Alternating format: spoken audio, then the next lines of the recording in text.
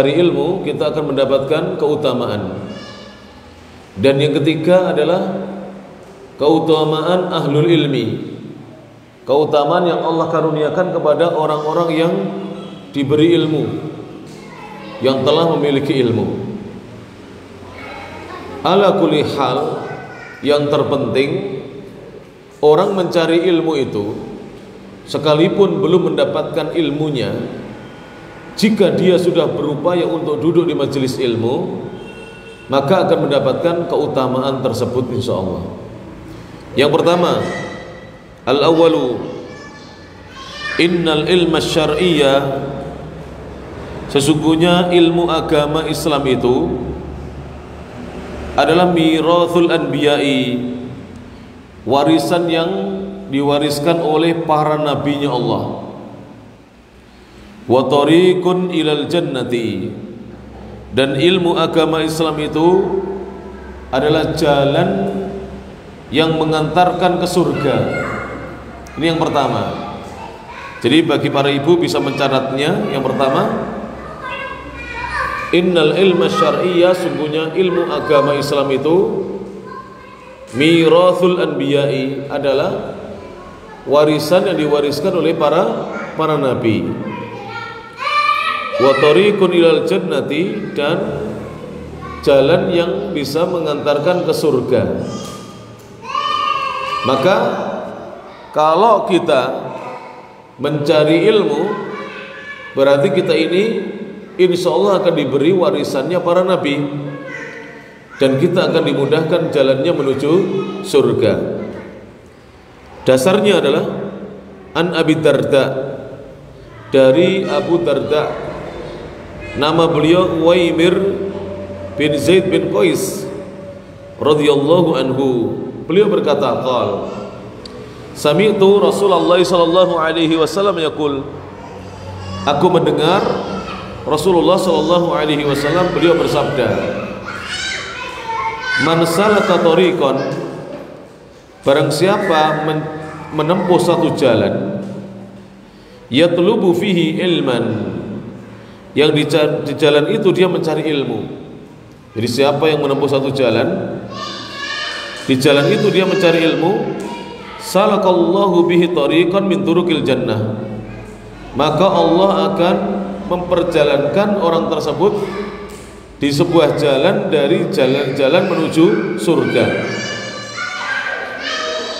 Jadi orang yang mencari ilmu itu, dengan dia mencari ilmu itu, maka Allah akan memudahkan kepadanya untuk berjalan di antara jalan-jalan menuju surga. Masya Allah. Jadi kalau kita mau mencari ilmu, dimudahkan jalan kita menuju surga. Kemudian Nabi mengatakan, wal malaikatu tadau ajnihataha ridhan li talibil ilmi, dan para malaikat mereka meletakkan sayap-sayap mereka karena mereka ridha kepada orang yang mau mencari ilmu. Jadi orang yang mau mencari ilmu itu diridhoi oleh malaikat-malaikat Allah, sampai-sampai mereka meletakkan sayap-sayap mereka. Dan malaikat itu, para jamaah, para ibu, para bapak, itu diberi oleh Allah sayap, tapi kita tidak tahu seberapa besarnya dan bagaimana bentuknya sayap-sayap malaikat tersebut. Yang hanya dikabarkan oleh Nabi adalah bahwa malaikat itu diberi sayap oleh Allah. Kemudian Nabi bersabda, wa innal alima yastaghfiru lahu man fis samawati wa man fil ard, sesungguhnya orang yang berilmu itu akan memohonkan ampunan untuknya siapa saja makhluk yang ada di langit maupun di bumi, semuanya beristighfar, memohonkan ampunan kepada Allah untuk orang yang berilmu. Masya Allah, ini keutamaan yang besar ibu-ibu dan bapak. Kalau kita mau mencari ilmu, pertama jalan kita menuju surga dimudahkan oleh Allah Subhanahu wa taala. Dan malaikat-malaikat itu berkeliling, mengelilingi kita, orang-orang yang mau mencari ilmu, sambil mereka meletakkan sayap-sayap mereka karena mereka ridho. Dan orang yang berilmu, orang yang mencari ilmu sampai punya ilmu, sampai berilmu, mereka itu setiap saat dimohonkan ampun oleh makhluk siapapun yang ada di langit dan di bumi. Jadi makhluk-makhluk Allah yang ada di langit maupun di bumi semuanya memohonkan ampun untuk orang-orang yang berilmu.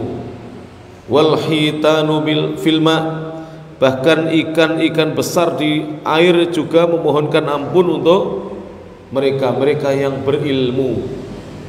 Masya Allah, pahala yang besar yang diberikan oleh Allah kepada mereka yang berilmu, semua memohonkan ampunan.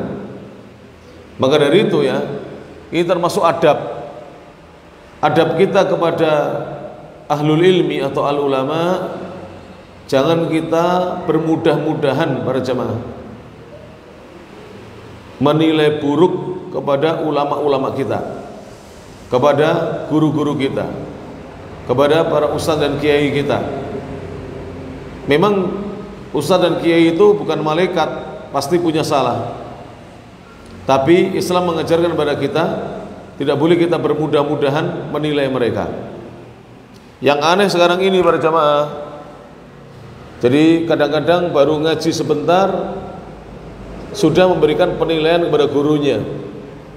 Padahal orang-orang yang berilmu itu setiap saat dimohonkan ampunan kepada Allah oleh semua penduduk langit, semua penduduk bumi, bahkan ikan-ikan besar di dalam air memohonkan ampun untuk orang-orang yang berilmu.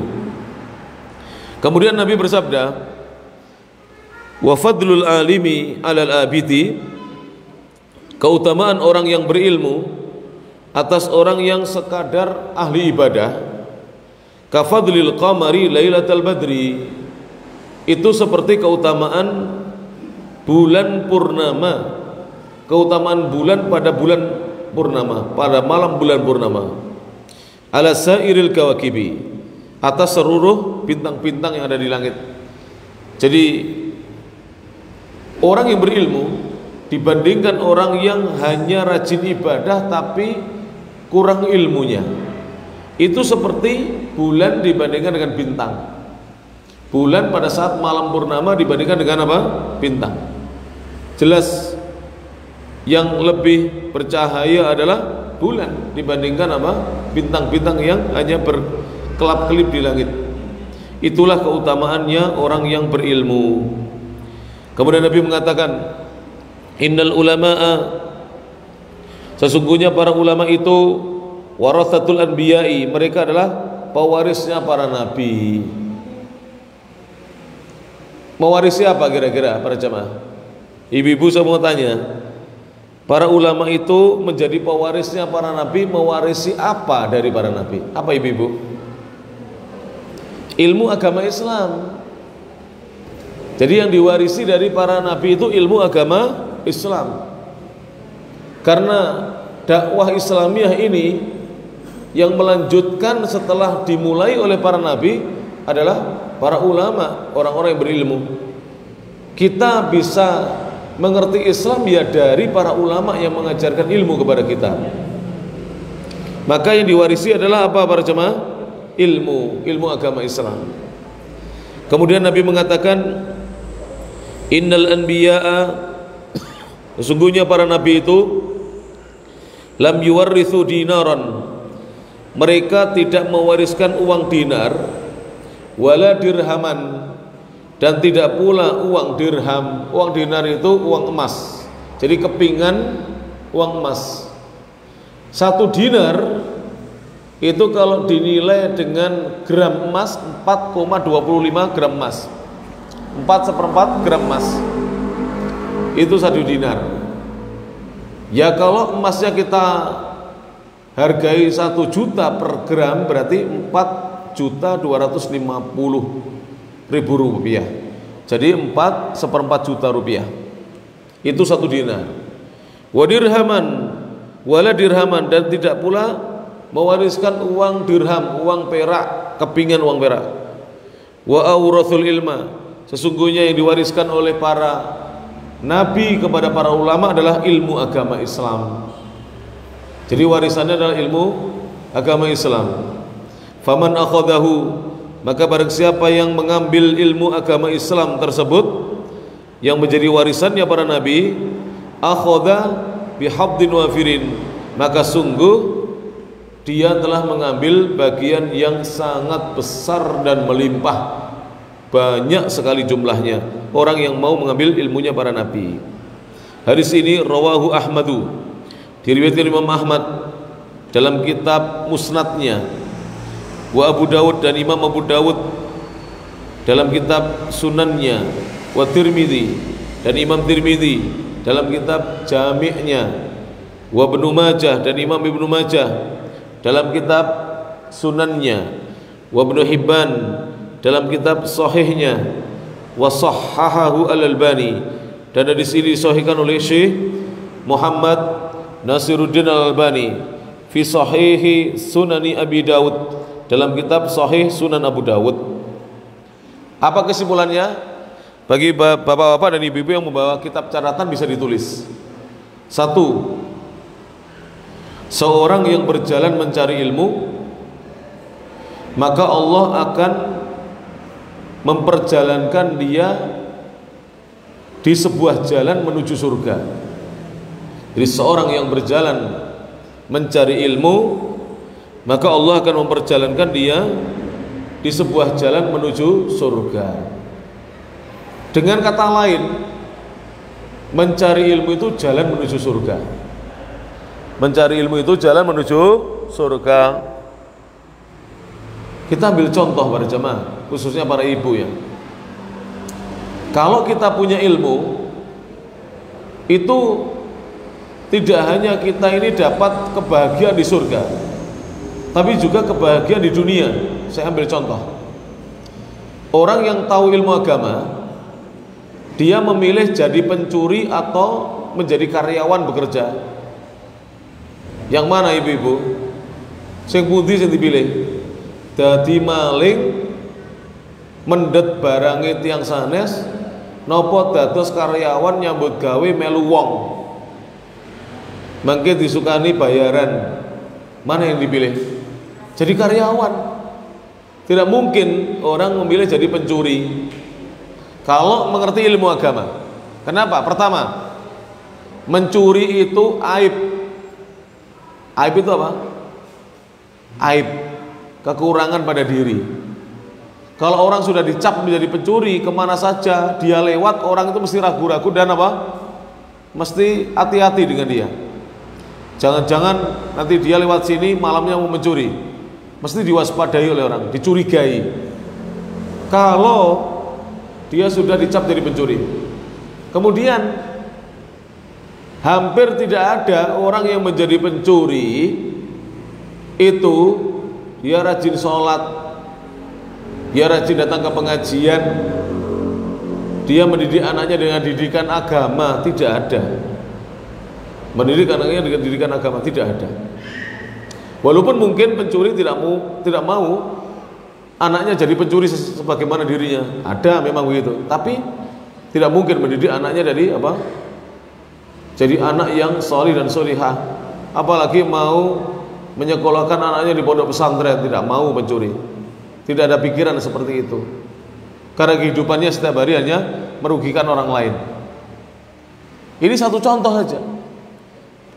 Kemudian harta yang didapatkan dengan mencuri itu tidak barokah, cepat habisnya. Bahkan saya itu diberitahu oleh seseorang yang tobat dari perbuatan kemaksiatannya. Beliau dulu preman di Jakarta bertahun-tahun. Untuk dapat uang sehari 15 juta, meminta-minta dan menarget orang. Narjet itu apa? Memaksa meminta pada orang itu, bisa itu. Dia punya kelompok 9 orang. Bisa di Tanah Abang, di mana bisa. Tapi dia mengatakan hartanya tidak barokah. Tidak tahu hartanya habisnya kemana saja dia belanjakan. Tidak ada hartanya itu yang barokah. Barokah itu diantaranya adalah bisa dimanfaatkan untuk kebaikan. Itulah apabila harta didapatkan dengan cara yang haram. Maka kalau kita menjadi karyawan, walaupun mungkin gajinya tidak terlalu besar, bisa disimpan, hartanya barokah, anak istrinya semuanya beribadah, sholat. Kemudian kadang penghasilannya tidak terlalu besar, dia bisa beli motor, bisa punya rumah, bisa punya toko, dan seterusnya. Yang paling penting apa? Berkahnya itu. Orang kalau dapat harta dari cara yang halal, yang betul-betul diridhoi Allah, berkah. Dan diantara berkahnya apa? Pemilik harta itu dan keluarganya itu senantiasa mendirikan sholat, dekat dengan Allah. Kalau cerita nih, kalau wingi ketemu kepanggih, beliau dulu sebelum pensiun pimpinan dinas pendidikan di Kabupaten Kediri. Beliau cerita ke saya, ketika beliau menjadi pengawas itu penilik ya, sekolah-sekolah, itu pernah mendatangi SD-SD di beberapa kecamatan di Kabupaten Kediri. Kalau cerita nih, di Parani, di SD-SD ini Parani. Terus piyambake mboten teng kantor, piyambake langsung marani teng kelas-kelas. Jadi masing-masing kelas didugeni. Saben-saben kelas ini didugeni. Piyambake pengin semerap. Bocah-bocah sekolah kuwi padha salat apa ora? Sing dipun takleti kelas-kelas gedhe. Duga kula kesupen ceritane. Napa kelas 5 napa kelas 6, sing penting ditakoni kelas-kelas sing gedhe-gedhe sing kena dijak omong, kena ditakoni. Dipun takleti napa? Ayo anak-anak, tadi pagi bangunnya, siapa yang bangunnya jam 4? Yang ngacung cuman 1. Yang ngacung 1.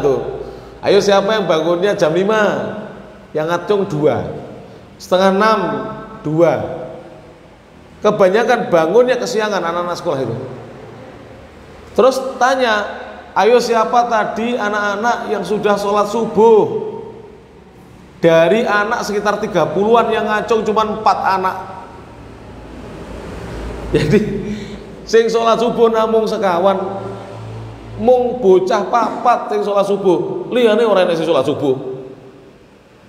Naudzubillah min dzalik.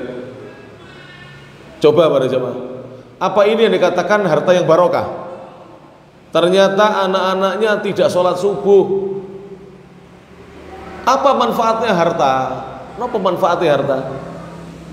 Kalau nanti di akhirat justru kita dibakar di api neraka. Naudzubillah min dzalik.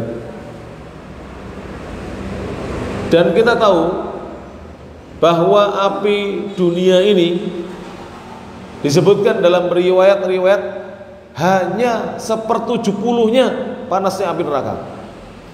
Bahkan api dunia ini disebutkan dalam riwayat yang lainnya seperti percikannya api neraka. Semua api dunia ini kalau dikumpulkan, semua api dunia ini kalau dikumpulkan hanya percikannya api neraka. Kalau kita tahu yang demikian ini para jamaah, ternyata ilmu agama itu penting. Coba nanti kalau tidak percaya panjenengan ngobrol. Kalau cobi ngobrol kalian tanggi-tanggi. Ibu-ibu coba ngobrol dengan tetangganya. Bapak-bapak ngobrol dengan teman kerjanya, teman kantornya. Coba ditanya. Sekali-kali guyon mawon ditakloti. Sapa rek sing mau sholat subuh tak hadiah. Jenengan betul hadiah. Mangkelah sekedhik sholat subuh. Naudzubillahi min dzalik. Ini menunjukkan keutamaan ilmu. Orang yang mau mencari ilmu itu dibimbing oleh Allah, diperjalankan di sebuah jalan menuju surga. Dan di dunia ini sudah dibimbing, alhamdulillah. Sholat subuh dikerjakan, zuhur dikerjakan, asar dikerjakan, maghrib dikerjakan, isya dikerjakan, ikut pengajian. Tapi kalau tidak punya ilmu agama, ya Allah, tidak pernah ingat Allah Subhanahu wa ta'ala, tidak pernah ingat Allah. Panjenengan penganjuk niki sami napa mboten? Dina Senin dugi Sabtu napa dugi Jumat? Senin. Ngantos Jumat napa ngantos Sabtu? Jenengan miyos saking dalem jam 6 isuk, jam setengah 7. Rame mboten? Ratan niku radosan, rame mboten? Dalan-dalan niku rame. Rame. Kathah sepeda motor banter-banter, kathah. Jenengan tangkleti sedaya niku tindak badhe teng pundi nyambut gawe. Lek nyambut gawe masyaallah, wedi lek telat. Ora tahu salat, ora wedi be Allah. Nggih mboten? Ayo. Kula tantang panjenengan, ayo takonono wong-wong sing ning Imbok jam 6 isuk itu. Budal niku pun salat apa dereng? Nang ngerti, Pak, badhe teng pundi Pak kok kesoso Pak? Gitu. Apa nyewa polisi ben di stop polisi ini? Stop. Sanes pemeriksaan Pak, pertanyaan. Ini mau saya adakan angket. Ditulis mengke, tulis. Engko dilebokne ning radar Nganjuk. Angket. Bapak asmane sinten? Kula ini Pak. Lho kok ngebut-ngebut enten apa Pak niki? Bari nyambut ya Pak niki mengke jam 7 kudu pen teko mriku lek mboten anu kula mengke chat loke dikurangi gaji Pak. Ngapunten nggih Pak. Nggih niki kesoso pun pertanyaane setunggal mohon. Panjenengan mau pun salat subuh. Nah, bingung nang jawabnya. Lek gandang jawab iya, sampun iku berarti gak salat. Lek jek mikir-mikir berarti gak salat niku. Lek wong wis salat mesti, oh sampun alhamdulillah, pun kula tak langsung bablas nggih mesti ngoten. Tapi lek mboten salat, lek mikir jawabane Bapak. Saking isinane. Ya Allah ya Rabbi. Ya Allah ya Rabbi. Inilah potret masyarakat kita kaum muslimin. Makanya di Indonesia ini sholat 5 waktu itu sepi masjid-masjid para jemaah. Sholat 5 waktu itu sepi masjid-masjid. Seandainya kaum muslimin itu sholat 5 waktu sebagaimana sholat Jumat, masjid-masjid mestinya penuh. Saya tanya para jemaah, bapak-bapak, nopo bedane sholat 5 waktu kali sholat Jumat? Bedane apa? Ya podo sholate, podo wajibe gitu. Nyapo Jumatan teko 5 waktu gak teko? Nah itu pertanyaan itu. Sebabnya apa jawabannya? Mosok rek seminggu bisa ra Jumatan. Lah, jadi timbangannya orang diarani wong Islam tetap Jumatan, tapi sholatnya 5 waktu mboten. Saya itu sudah bertanya para jemaah. Di beberapa pengajian saya tanya langsung. Ada yang ngaku, ada yang tidak. Ternyata jamaah-jamaah pengajian saya tuh ada yang belum sholat 5 waktu para jemaah. Ya ngaji. Nah kemarin ternyata ada seorang ustaz juga cerita. Jadi dia ini datangnya pengajian itu kalau sudah selesai sholat maghrib datang, nanti mau sholat isya itu pulang. Nak nyopor ning jopo orang mulih. Dan terus maghriban dia ora sholat, isya enggak, tapi cek gelem ngaji, mendingan cek luwung iki, cek apik lah gelem sholat. Gelem sholat, gelem ngaji. Tapi tidak mau sholat. Ya Allah, rezeki diberi oleh Allah, badan diberi sehat oleh Allah, diberi anak istri oleh Allah, tapi tidak sholat. Naudzubillahi min dzalik. Yang kedua, pelajaran yang kedua, malaikat-malaikat ridho kepada para penuntut ilmu. Yang kedua, malaikat-malaikat Allah ridho kepada para penuntut ilmu. Yang ketiga, orang yang berilmu dimintakan ampunan kepada Allah oleh seluruh penghuni langit dan bumi. Orang yang berilmu dimintakan ampunan kepada Allah oleh seluruh penghuni langit dan bumi. Yang keempat, orang yang berilmu itu lebih baik daripada ahli ibadah. Seperti bulan itu lebih baik dibandingkan bintang-bintang yang ada di langit. Yang kelima, para ulama adalah pewarisnya para nabi. Mereka mewarisi ilmu agamanya para nabi. Ini pelajaran yang bisa diambil dari hadis yang pertama tadi, bahwa ternyata ilmu agama Islam adalah ilmu yang diwariskan oleh nabi-nabi Allah. Bilanipun kula matur para ibu khususipun, monggo para ibu dipun didik sing sae putra putrine. Kula caosi pirsa, kula tak matur dhateng para ibu. Rumah tangga sing sae, bocah-bocah sing soleh-solehan niku mesti ibune sae. Rumah tangga sing ora bagus, anak-anake ora enek sing salat iku mesti ibune mboten sae. Mesti ibune mboten sae. Milanipun menawi panjenengan pirsani rata-rata bocah-bocah sing gelem mondok kae, cah-cah sing gelem belajar ing madrasah, bocah-bocah sing sregep salate, mesti niku ibune sae niku mesti. Ibune juweh niku napa? Gelem napa? Aruh-aruh gelem ngandani, ora meneng wae anake gak salat meneng wae. Anake subuh rung tangi sampai jam 7 meneng wae. Bocah miso-miso ora dikandani, mangan tangan kiwa ora dituturi. Turu reng wudu dhisik ora diutus wudu. Niku mesti ibune mboten sae. Yakin niku Bapak? Yakin niku. Oleh karena itu, bagi para pemuda disuruh mencari istri yang baik, baik agamanya, baik akhlaknya. Karena nanti mereka akan menjadi madrasah bagi anak-anaknya. Sebelum anak-anak itu disekolahkan di madrasah-madrasah, rumahnya seseorang itu menjadi madrasah, dan madrasahnya adalah ibunya dari anak-anak tersebut. Maka saya di sini saya bersyukur pada Allah. Kula bersyukur, kula bunga para ibu kersa ngaji, alhamdulillah. Jarang-jarang. Piantun putri niku kersa rawuh pengaosan niku jarang-jarang. Alhamdulillah kersa ngaji. Mun ngantos wektale niku dintekne mek ndelok TV, dintekne masak, dintekne napa? Maca, dintekne napa malih? Blonjo, shopping. Dintekne napa malih? Arisan.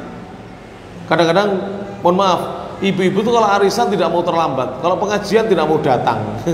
Jadi kalau arisan tidak mau terlambat, kalau pengajian tidak mau datang. Padahal yang penting apa? Arisan atau pengajian? Pengajian. Arisan niku lho. Yen niate ora bener niku nambahi dosa niku. Lho kok saged nggih? Kepethuk koncone nang arisan kok rasan-rasan nambahi dosa napa niku? Nambahi dosa. Makanya di pengajian begini jangan sampai ibu-ibu menggunakan masjid sebagai ajang untuk menggibah, jangan sampai.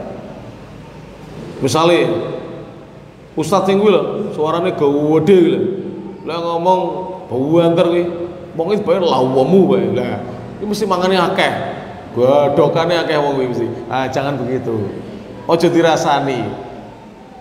Wong lemuyu ora mesti mangane akeh, ning sering tanduk. Ora mangane akeh, tanduke iki lho sing akeh. Nek mangane padha ae sak piring. Gitu. Mosok langsung 10 piring dilebokne lambe kabeh ya ora iso, gitu. Tapi bola-balik tanduk niku akhirnya dadi lemu para jamaah. Baik. Ini yang pertama. Jadi ilmu agama Islam itu warisan para nabi, dan ilmu agama Islam itu bisa membawa kita ke surga. Yang kedua, innahu muqaddamun alal qauli wal amal. Sesungguhnya ilmu itu harus didahulukan sebelum seorang itu berbicara dan beramal. Jadi kalau kita ingin berbicara di sini maksudnya berdakwah, mengajar, maka harus berilmu lebih dahulu. Kalau kita ingin beramal, harus kita berilmu lebih dahulu. Mana dasarnya? Qala Asy-Syaikh Husamuddin Salim Al-Kilani hafizahullah taala. Berkata Asy-Syaikh Husamuddin, su'ila Sufyan ibnu Uyainah rahimahullahu taala. Imam Sufyan bin Uyainah, ulama ahlul hadis, semoga Allah Subhanahu wa taala merahmati beliau, pernah ditanya an fadlil ilmi, tentang keutamaannya ilmu. Jadi Imam Sufyan pernah ditanya apa keutamaannya ilmu. Maka faqala, beliau maka menjawab, alam tasma qaulahu hina bada. Tidakkah kamu wahai penanya pernah mendengar firman Allah ketika memulai firman-Nya dengan ilmu? Allah berfirman dalam surah Muhammad surat nomor 47 ayatnya nomor 19. Jadi surat Muhammad ayat 19. Allah berfirman, a'udzubillahi minasyaitonir rajim. Fa'lam annahu la ilaha illallah wastaghfir li dzambik. Fa'lam, ketahuilah annahu sungguhnya la ilaha illallah, tidak ada sesembahan yang berhak disembah melainkan hanya Allah, wastaghfir li dzambik, dan mintalah ampunan wahai Muhammad atas dosamu. Jadi di sini Nabi Muhammad yang pertama disuruh belajar agama agar beliau mengetahui bahwasanya tidak ada sesembahan yang berhak untuk disembah dan diibadahi dengan benar kecuali hanya Allah. Kemudian setelah faham la ilaha illallah, sudah memiliki ilmunya, Nabi Muhammad disuruh untuk beristighfar, meminta ampunan atas dosa-dosanya. Di sini Syekh mengatakan fa'amara bil amali, maka Allah memerintahkan beramal ba'dal ilmi, setelah mencari ilmu, setelah sudah punya ilmu. Maka para bapak dan ibu, kewajiban kita yang pertama kali bukan beramal, mencari ilmu dulu. Setelah kita mencari ilmu baru beramal. Setelah mencari ilmu baru beramal. Terus saya nasihatkan, mungkin di antara panjenengan ini ada yang baru hari ini ngaji. Wonten nggih ibu-ibu nggih? Nembe dinten iki derek pengawasan, mbok bilih wonten, kadang-kadang ada. Mangke rawuh malih, mun ngeten komentare, pas gak tepak ustaz kowe. Mosok aku gak sholat langsung disinggung, apa aku diomong nih ya karo ustaz kowe. Jangan begitu. Didengarkan dulu. Hari ini panjenengan mendengarkan dulu. Yen mboten cocok, ya gak usah digawe. Lek cocok nganjen gawe. Benjing pas enten pengawasan malih, rawuh malih. Terus nanti ada pengajian lagi, rawuh lagi. Nanti lama-lama hatinya ibu-ibu dan bapak-bapak ini disirami oleh Allah dengan siraman ilmu. Akhirnya yang dulunya hatinya gersang, tidak ingat Allah, hatinya menjadi sejuk, gampang ingat Allah, hatinya menjadi tenang dan tenteram. Jadi ngaji itu seperti itu. Kalau sudah pertama datang sudah tidak suka, besok tidak datang lagi, tidak akan dapat siraman ilmu. Tapi kalau tidak suka, dicoba. Sampai kalian ngeten lah, bapak-bapak mesti wonten daharan nopo sing mboten jenengan senengi gitu. Contoh misalnya, ada bapak-bapak itu yang tidak suka makan jangan bobor. Coba dulu sedikit, wis ra seneng esuk jajalne. Rasane jajalne. Dangu-dangu ilate wis biasa, seneng. Asline ngoten. Semua juga begitu. Semua para jemaah dicoba demikian, termasuk ilmu. Duduk di majelis ilmu begini, bagi orang yang tidak biasa itu berat. Apalagi nanti ceramahnya dia kena semuanya. Gak sholat kena, gak tau ngaji kena, gak tau maca Quran kena, gak tau sholat bengi kena, poso Ramadan gak poso kena. Akhirnya besok gak datang lagi. Jangan, besok datang lagi, cuek mawon panjenengan. Jangan diambil hati, cuek, empun dilebetnya mana, cuek gak datang lagi. Terus besok pasti datang itu lagi. Kalau seandainya apa yang masih kita lakukan kok semuanya itu salah, panjenengan angen-angen, oh iya jadi suwene aku urip iki gak salah iki kleru, orang ngaji kleru, orang maca Quran kleru, orang poso kleru, diangen-angen. Benjing pas rawuh pengawasan yang ketiga, insya Allah hidayah itu akan datang. Kemudian akan berniat, wis nek ngono aku tak ndang salat, aku wedi yu golek sak waktu-waktu dilala aku mati, aku ra salat piye? Jarine ustaz e kae lho, ustaz engko badas kae wong pare kae, ustaz sing rada lemu kae lho yu. Jarine lek ra salat iki dilebokne neraka sakor. Aku wedi yu. Masyaallah. Wong ning donya aku keselomot geni nalika masake panase kaya ngono. Jarine ustaz kae genine neraka kuwi ping 70 geni donya. Nah, akhirnya takut. Setelah takut dia akhirnya tuman ngaji.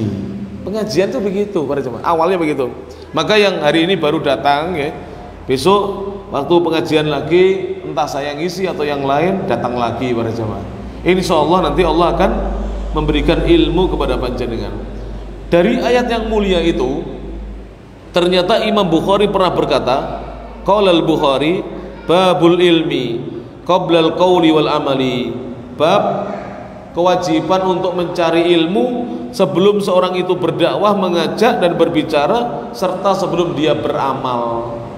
Jadi tidak boleh kita berdakwah, mengajar, berbicara kalau tidak punya ilmu, dan tidak boleh kita beramal tanpa dasar ilmu. Dasarnya kalau mau surat nomor, surat Muhammad, surate nomor 47, terus urutannya saking Al-Quran, surat nomor sekawan doso pitu, ayate nomor 19, maka saged dipun panggi dipatosi wonten Al-Quran. Yang ketiga para jamaah, yang ketiga ats-tsalits,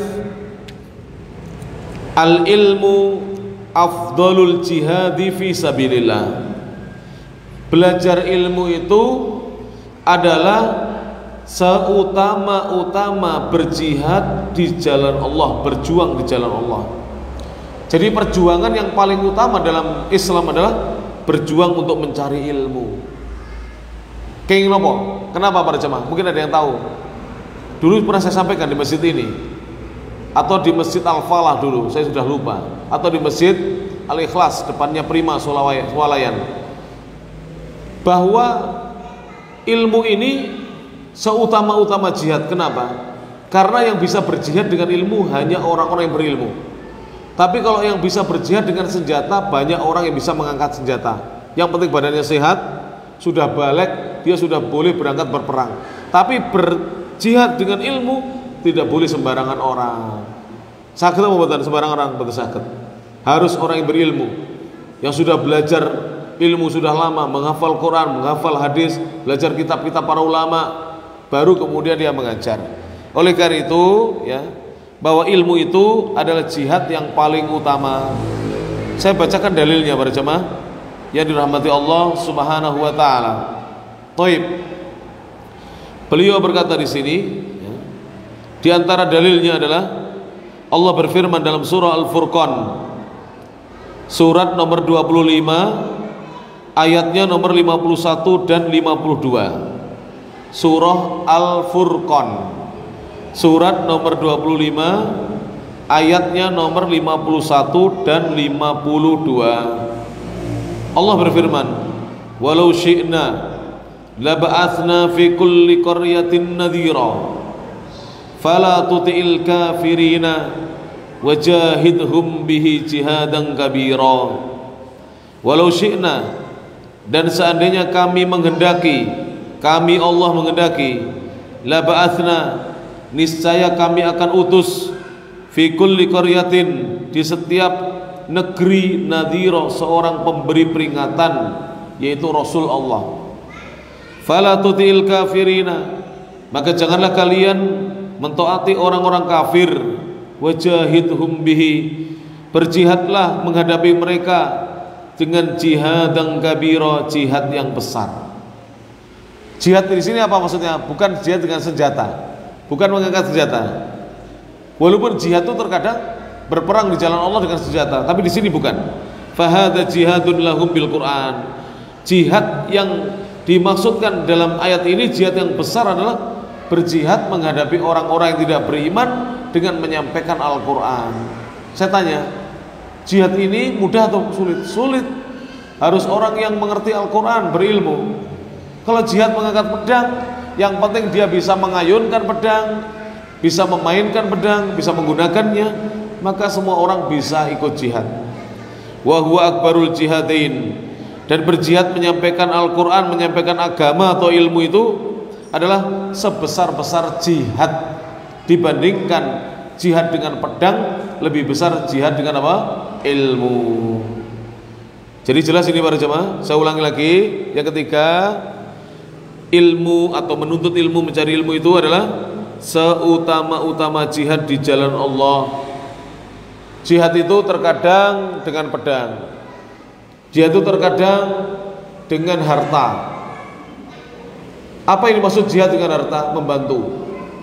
Membantu dakwah Islam, membantu pondok pesantren, membantu panti asuhan, membantu madrasah-madrasah Islam, ikut membangun rumah sakit Islam, ikut membangun masjid. Itu jihad dengan harta. Bagi yang tidak punya harta, berjihad dengan tenaganya. Di sini kan ada panitia pembangunan masjid, Masjid Al Munawwarah ini, Locaret Nganjuk ini. Kalau panjenengan ditunjuk jadi panitia pembangunan masjid, itu mawo itu bahasa Indonesia apa? Gelemo. Nah, jadi mawo itu gelemo.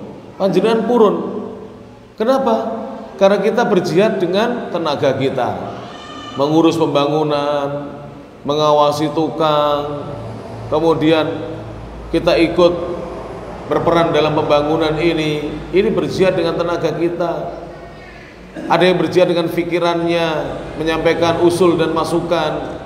Semuanya itu akan mendapatkan pahala di sisi Allah Subhanahu wa taala. Thayyib. Tapi yang paling utama dari jihad-jihad itu semuanya adalah berjihad dengan apa tadi? Dengan ilmu. Dengan kita mencari ilmu kemudian mengamalkan ilmu dan mengajarkannya. Yang keempat, para ibu dan bapak yang dirahmati Allah taala, Ar-Rabi, inna ahlal ilmi syar'i, sesungguhnya ahli ilmu la yastawi bi ghairihi, tidaklah disamai oleh selainnya, tidak sama dengan orang yang tidak berilmu. Jadi orang yang diberi ilmu oleh Allah itu kedudukannya di sisi Allah tidak sama dengan orang yang tidak berilmu. Bahkan kedudukan orang yang berilmu itu tidak sama dengan kedudukan orang yang tidak berilmu di dunia ini. Di dunia lebih tidak sama para jemaah. Saya ambil contoh ya, kalau ada perusahaan membuka lowongan kerja, jadi ada perusahaan membuka lowongan kerja, lapangan kerja, ada loker lowongan kerja. Yang mendaftar 5 orang lulusan SD, 10 orang lulusan SMP, terus 20 orang lulusan SMA, 3 orang lulusan sarjana. Yang dibutuhkan hanya yang lulusan sarjana S1. Kira-kira yang diterima yang SD, lulusan SD, SMP atau sarjana? Yang sarjana. Ini pentingnya ilmu. Maka para bapak dan ibu yang rawuh sing mireng nih napa ingkang kula aturake, monggo bocah-bocah ini di sekolah sing pinter. Mbuh sekolah agama, mbuh sekolah umum, ning kula matur yen saged mulai TK, SD, SMP, SMA kudu sekolah agama. Engko perguruan tinggi ben milih umum gak apa-apa. Apa dadi dokter kono, sekolah kedokteran, sekolah keperawatan, sekolah ekonomi, bahasa Inggris, matematika, bahasa Indonesia, sekolah perhubungan, sekolah apa, atau masuk TNI, masuk Polri, silakan. Tapi didikan agama itu dikuatkan mulai TK sampai SMA. Mantun SMA wis terserah bocah, hobi ini nopo, kesenangan ini nopo, talentane teng pundi, kersane milih piyambak sesuai dengan apa bidangnya masing-masing. Sesuai dengan bidangnya masing-masing. Kalau kita mewariskan ilmu bapak dan ibu tidak akan rugi. Tapi kalau panjenengan mewariskan harta, anak kita tidak punya ilmu, niku bondone panjenengan itu telas mungkin. Habis harta kita. Jadi baru kita tinggal meninggal 1 tahun, uangnya sudah habis semuanya.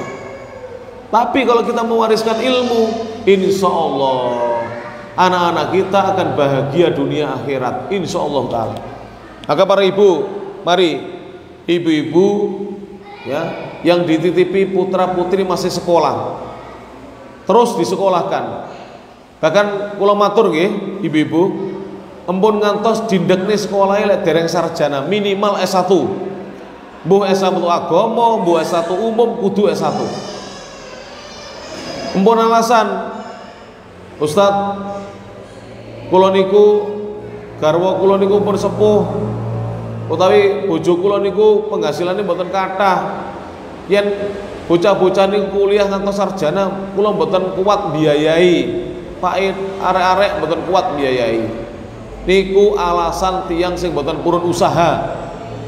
Banyak para jamaah kampus-kampus di Indonesia ini yang bisa sekolah tanpa biaya, banyak. Beasiswa penuh, banyak. Yang kedua, banyak kampus-kampus swasta yang bisa menerima mahasiswa sambil bekerja. Terus mengke putrane panjenengan kon nyambut gawe lek isuk sore karo bengi kuliah. Bahkan beberapa kampus swasta itu kuliahnya ya Sabtu Ahad, enak.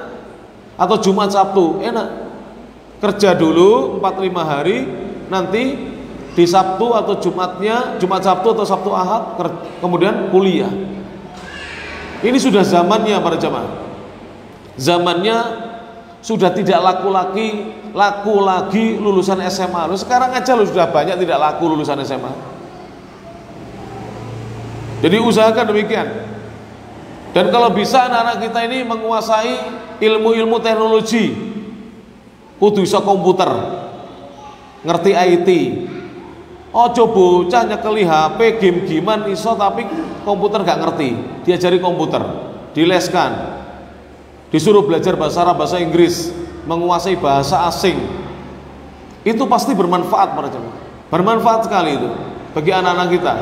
Jadi nanti kalau mereka kita tinggal, kita sudah meninggal dunia, kita mewariskan ilmu, mereka tidak akan kesusahan hidup di dunia ini kalau kita wariskan kepada mereka ilmu. Mana dalilnya? Surat Az-Zumar, silakan ditulis Bapak dan Ibu.